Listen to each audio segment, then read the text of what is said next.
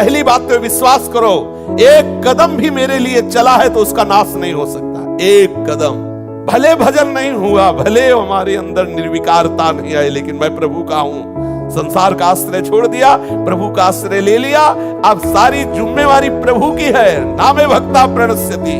कोई भी मनुष्य दुर्गति को कभी नहीं प्राप्त हो सकता जो प्रभु का आश्रय ले लिया। संसार का आश्रय का त्यागी, भगवत आश्रय लेने वाला निर्विषय नहीं हुआ, भगवत प्राप्त नहीं हुआ, भगवत प्रेम नहीं मिला, उसकी दुर्गति नहीं होने वाली।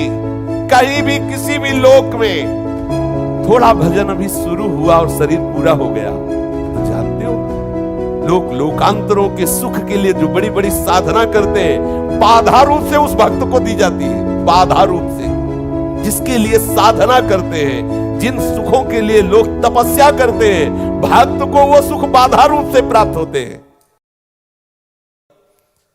ये बहुत आनंद का विषय है, बहुत। इसीलिए तो स्वयं भगवान बोले ना, सर्वधर्मान परित्यज्य माम एकम शरणम व्रज अहम त्वाम सर्व पापेभ्यो मोक्षयिष्यामि मा शुचा। श्रीमद् भागवत में देवर्षि नारद जी कह रहे हैं, धर्म का पालन किया लेकिन भ्रष्ट हो गया तो दुर्गति को प्राप्त हुआ।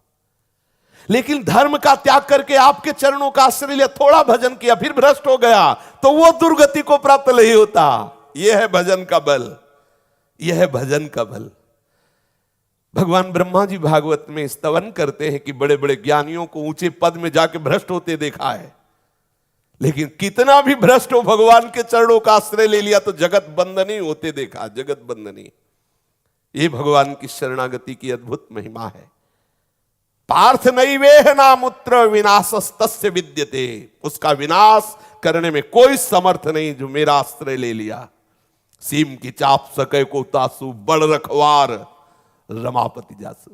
इतने बड़े रक्षक प्रभु हैं।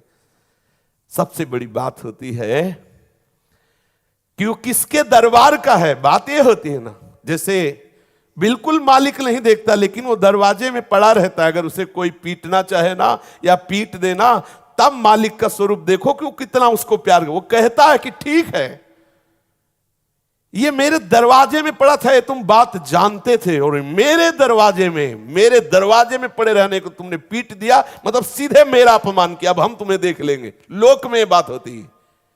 हम प्रभु के शरणागत हैं, ईसों के ईश हैं।